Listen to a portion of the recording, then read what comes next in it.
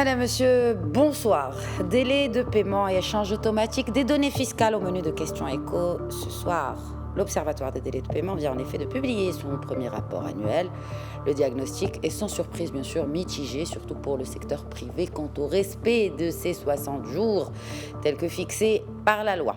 Ahmed Belfahmi répondra à nos questions. Il est chargé du projet de réforme de la gouvernance et du contrôle des entreprises publiques à la direction des entreprises publiques et de la privatisation au ministère de l'économie, des finances et de la réforme de l'administration. En seconde partie, nous ferons le point avec le président de la commission juridique et fiscale du club des dirigeants du Maroc, Bedreddine Tihi, sur une question qui donne du fil à retordre aux Marocains du monde.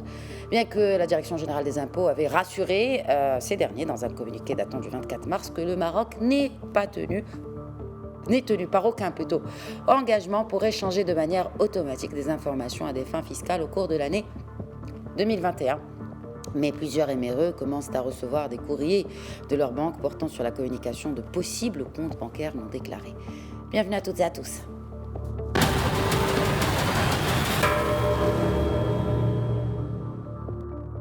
Younes Ben Zineb revient sur les résultats et le bilan de cette réforme relative aux délais de paiement et des intérêts moratoires adoptée en juillet 2016. Le Maroc est à la traîne en matière de délai de paiement. C'est le constat dressé par l'Observateur, auteur d'un bilan fraîchement publié à ce sujet. Pour respecter les 60 jours fixés par la loi, il reste du chemin à faire, surtout pour le secteur privé.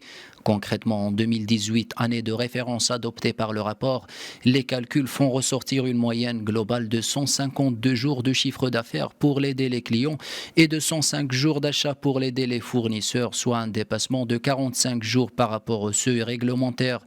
Les délais de paiement s'allongent avec la taille de l'entreprise. Les grandes entreprises règlent leurs fournisseurs dans une moyenne de 92 jours de chiffre d'affaires, tandis que les délais de paiement sont particulièrement défavorables aux petites entreprises. S'agissant du règlement des dettes fournisseurs, le rapport note que les grandes entreprises mettent en moyenne 118 jours d'achat contre 111 jours pour les PME et 104 jours pour les TPE.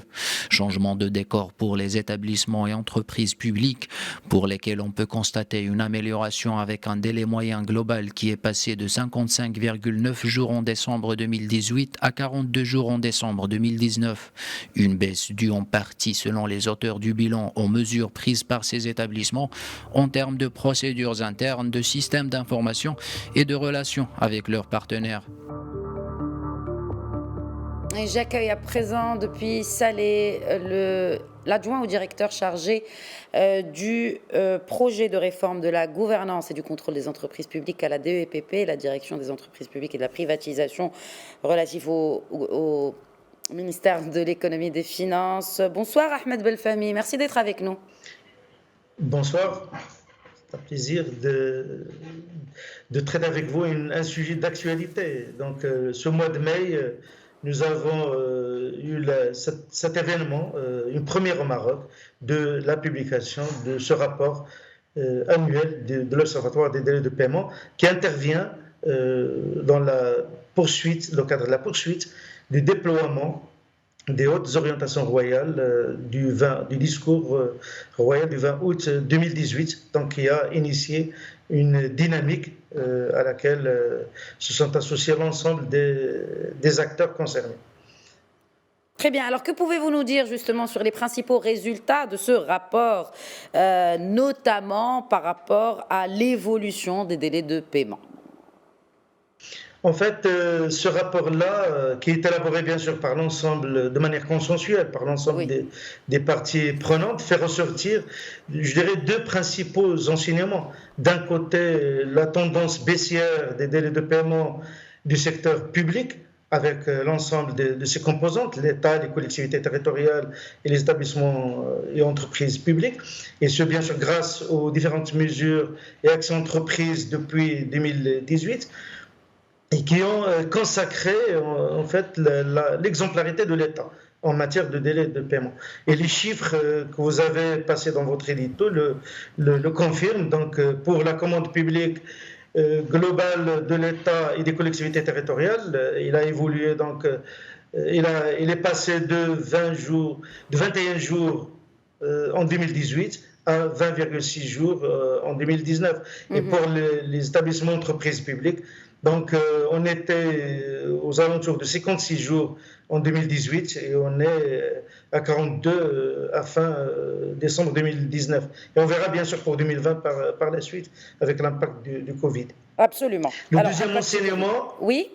Voilà, le deuxième enseignement justement de ce rapport, donc en plus de l'exemplarité de l'État, c'est la nécessité de poursuivre la réflexion et de mettre en place des solutions innovantes pour résoudre cette problématique persistante des délais de paiement dans le secteur privé. Et les analyses que vous avez avancées dans l'édito, donc surtout celles élaborées par Banque Al-Maghrib et par la CGM, le confirment. Alors, ce que vous dites, voilà, donc ces chiffres-là, ils contredisent un peu ce cliché, j'ai envie de dire, ou en tout cas, on assimilait généralement l'État comme mauvais payeur. Ce n'est plus le cas aujourd'hui.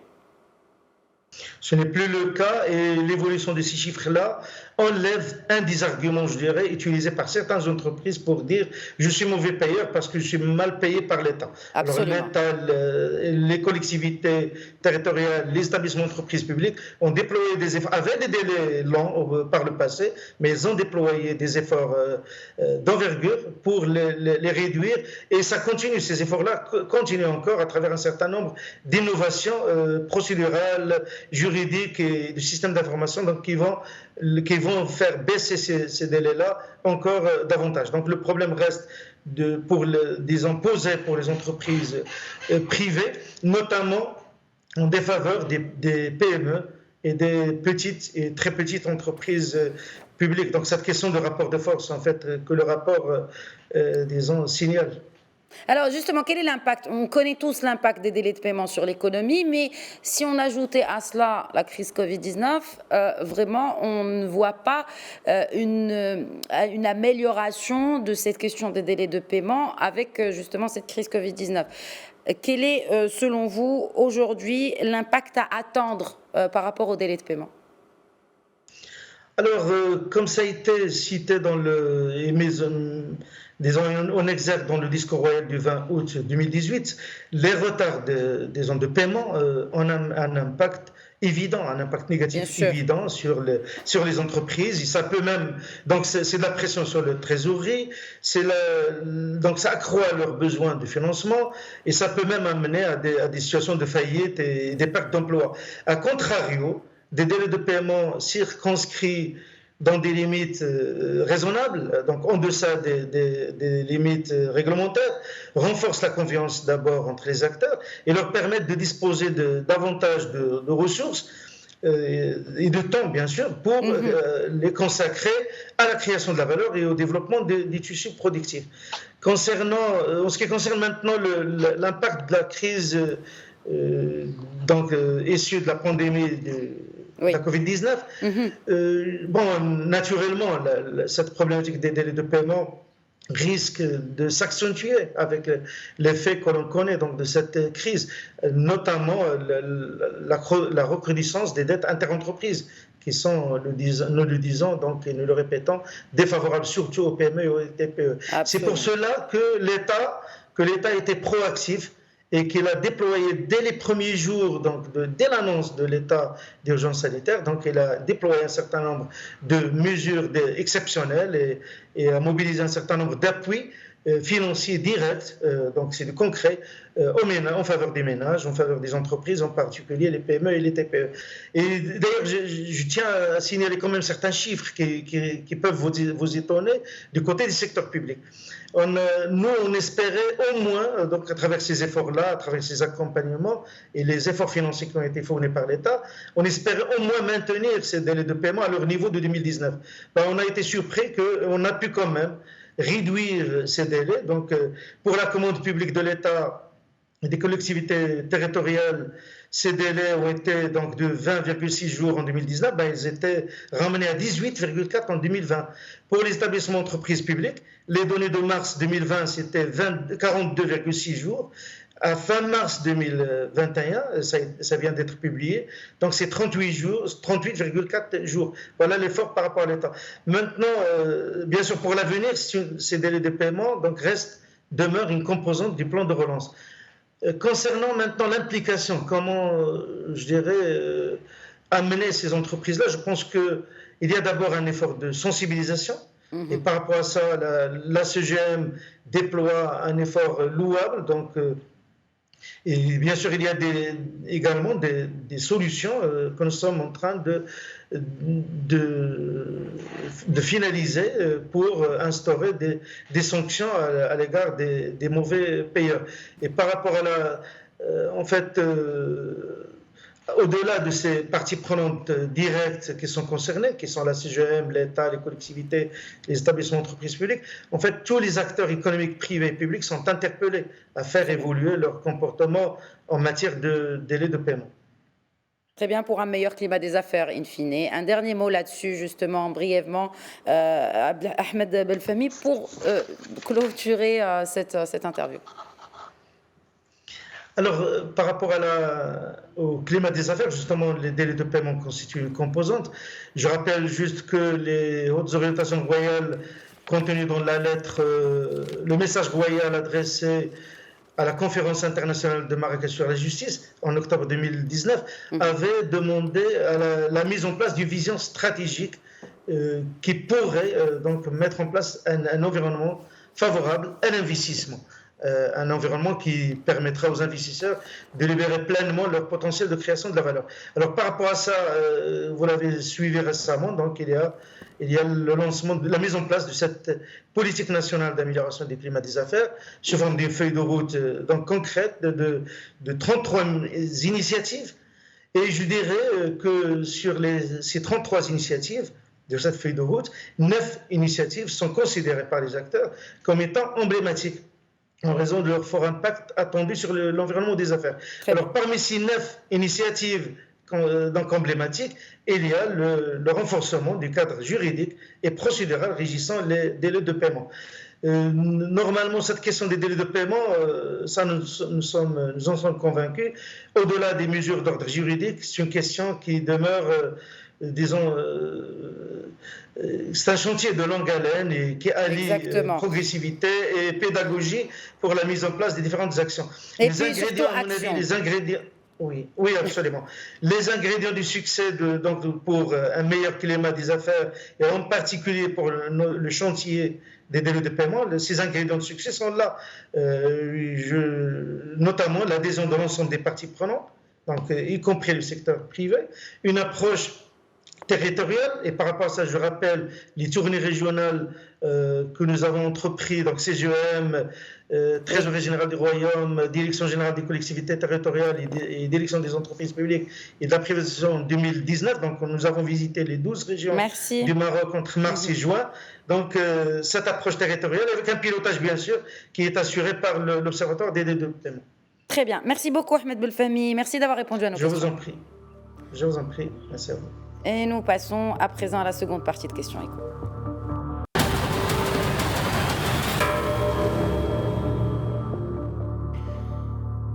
Et notre deuxième sujet ce soir, il s'agit de l'échange automatique des données bancaires et fiscales. On fait d'abord le point avec Younes Benzineb avant d'établir le contact avec notre invité. Pour certains, c'est à partir du mois de septembre 2021, pour d'autres début 2022. Mais une chose est sûre, le principe de la réciprocité de l'échange des données bancaires entre le Maroc et les pays signataires de l'accord de l'OCDE est en passe de se concrétiser. Aussitôt annoncé, la nouvelle a créé une grosse panique auprès des Marocains résidant à l'étranger. Ceux qui possèdent des comptes bancaires au Maroc doivent les déclarer auprès des autorités fiscales de leur pays de résidence sous peine de sanctions fiscales. À titre d'illustration, les MRE de France qui ont des comptes bancaires au Maroc et qui ne les ont pas déclarés au fisc français risquent 7 ans d'emprisonnement et une amende de 6 millions d'euros. Faut-il le rappeler, la diaspora marocaine détient d'après les statistiques de Banque Al Maghrib plus de 2,5 millions de comptes bancaires au Maroc, totalisant à fin 2019 une somme de 185 milliards de dirhams. Fin mars dernier, la Direction générale des impôts a souligné que le Maroc n'est tenu par aucun engagement pour échanger de manière automatique des informations à des fins fiscales au cours de l'année 2021.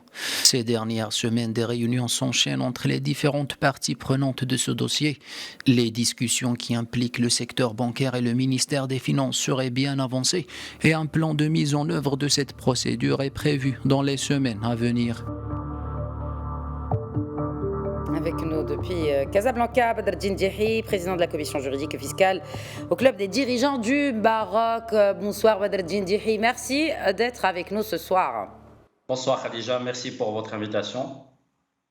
Tout d'abord, cette question, est-ce que l'échange automatique de données fiscales devrait inquiéter autant les MRE selon vous ? Alors, effectivement, comme vous l'avez cité dans votre édito, les accords BEPS, ils ont été signés par le Maroc en juin 2019 et ces accords visent à réduire au maximum les fraudes fiscales et l'évasion fiscale de manière générale. Et effectivement, parmi les mécanismes qui vont être utilisés par ces accords BEPS, c'est l'échange automatique des données à caractère fiscal entre les différents pays signataires. Effectivement, à date, le Maroc il a signé ces accords. Néanmoins, il ne les a pas encore ratifiés. Le projet de loi 77-19, il est toujours sur, on va dire, la table des parlementaires. Et à date, effectivement, il n'y a pas encore d'échange automatique des données, comme d'ailleurs l'a précisé la Direction générale des impôts lors de sa sortie en mars 2021. Néanmoins, si on analyse la situation des MRE au regard de leur juridiction où ils se trouvent, à titre d'illustration, si on prend l'exemple de la France, un MRE résident fiscal français, il est de toute façon, indépendamment de ces accords BEPS, il est dans l'obligation de déclarer les comptes qu'il détient à l'étranger de par la réglementation fiscale en France. Ça, c'est le premier point. Le deuxième point, c'est que si, par exemple, cet MRE ne déclare pas ses comptes à l'étranger, il s'expose à des amendes. Le minimum, c'est 1 500 € par compte non déclaré et par exercice. En plus de si c'est dans un pays qui n'a pas signé de convention fiscale avec la France, cette amende passe à 10 000 €. Et comme vous l'avez cité dans votre édito, c'est-à-dire que ça peut aller jusqu'à effectivement à l'emprisonnement et jusqu'à 3 millions d'euros, je crois, d'amende. Oui, mais la procédure n'est pas la même. Le caractère de fraude. Comment ? La procédure n'est pas la même dans tous les pays, bien naturellement. Tout à fait, tout à fait. Mais c'est-à-dire, est-ce que visiblement, bon, peut-être que même dans d'autres pays, ça risque d'être plus grave, comme aux États-Unis, par exemple, où la double imposition est assez unique dans le monde. Tout à fait. Effectivement, ça dépend des juridictions. Donc, il y a des juridictions plus dures et plus contraignantes que d'autres. Néanmoins, on a essayé de donner un exemple vraiment concret par rapport à un pays qui nous est proche, en fait. Très bien. Alors, bon, parce que vous avez parlé de 1 500 € comme amende, par exemple, pour le cas de la France, pour chaque exercice. Moi, j'aimerais bien qu'on fasse le point, parce que ce n'est pas la première fois. Par compte bancaire. Ce n'est pas la première fois qu'on parle de ce sujet dans l'émission Question Écho, mais voilà, donc malgré justement ce communiqué de la DGI qui remonte à mars dernier, où on s'est voulu rassurant par rapport à l'entrée en vigueur de ces échanges automatiques d'informations, mais voilà, selon la presse, et cela a été relaté ces derniers jours, eh bien certains MRE ont d'ores et déjà commencé à recevoir des courriers de leur banque les informant pour déclarer justement ces comptes non déclarés. Donc avant de faire le point sur cela, je voudrais juste d'abord qu'on précise c'est quoi la nature de ces comptes bancaires. Et s'agit-il de comptes bancaires personnels ou plutôt, parce que vous avez parlé de chaque exercice, donc est-ce que c'est un exercice juste pour une personne physique? Est-ce qu'on parle d'un compte bancaire qui est dormant? Est-ce qu'on parle d'un compte bancaire qui soit plutôt actif, à savoir avec des rentrées et des sorties d'argent? Donc de quoi parle-t-on exactement? De qui est concerné? Quels sont les comptes bancaires concernés? Alors encore une fois, je vous remercie pour votre question, mais ça dépendra des juridictions. Donc si on se place du côté français, d'accord, on parle de tous les comptes bancaires, que vous ayez 1 euro ou 1 million d'euros. Il faut déclarer ces comptes bancaires, qu'ils soient dormants ou pas, qu'ils aient été fermés au cours du dernier exercice ou pas, qu'ils restent ouverts. Donc ça concerne tous les comptes bancaires. Ça, c'est d'une part. Ça concerne les personnes physiques, ça concerne les associations, mais aussi les sociétés non commerciales, parce que les sociétés commerciales, elles ont leur propre arsenal et leur propre mécanisme. Donc ça concerne typiquement un Marocain qui réside en France, qui a un travail et qui a un compte au Maroc pour X ou Y raison qu'il a ouvert, ben, il est obligé de le déclarer auprès du fisc français lorsqu'il fait sa déclaration annuelle de revenus. Très bien. J'aimerais bien préciser autre chose aussi. Mais il y a des zones d'ombre aussi, Badr Dendih. Il y a des zones d'ombre par rapport à cela, qu'on aimerait bien éclaircir peut-être avec vous, ou en tout cas peut-être aller justement dans ces zones d'ombre. Je vous laisse peut-être finir votre idée et on s'attaque à cela parce qu'il y a beaucoup de retours par rapport à ces zones d'ombre justement. Tout à fait. En fait, ce que je voulais aussi préciser par rapport à la France, c'est que cette obligation déclarative existe depuis les années 90. Oui. D'une part. D'autre part, l'État français a mis en place des mesures transitoires, ce qu'on appelle des mesures de régularisation spontanée, en 2009, si ma mémoire est bonne, avec la cellule, ça s'appelait la cellule Wörth, et aussi avec la cellule Cazeneuve entre 2019 et fin 2017. Donc effectivement, ça va rejoindre en fait votre question suivante.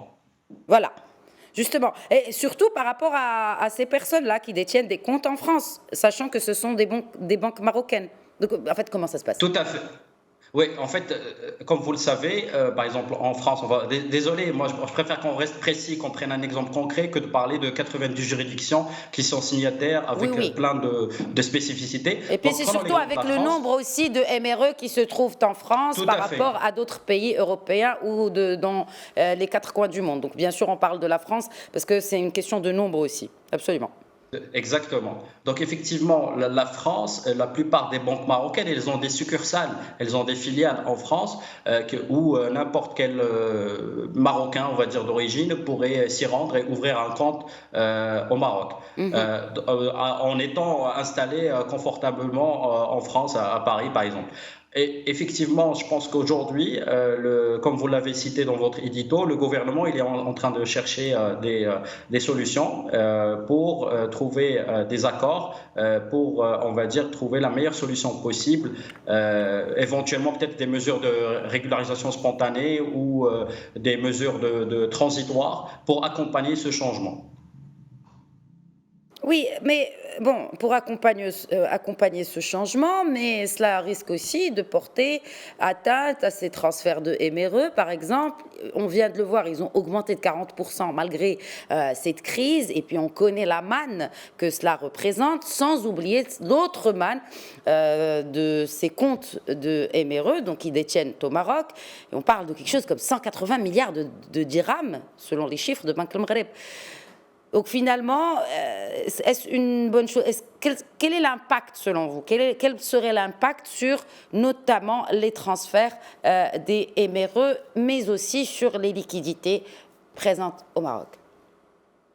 Effectivement, l'impact, comme vous l'avez précisé, des transferts des MRE, même les dernières données de Banque al-Maghreb, pour 2021, on prévoit, je pense, 71,9 milliards de dirhams de transferts, et pour l'année 2022, encore plus, 73,4 milliards de dirhams.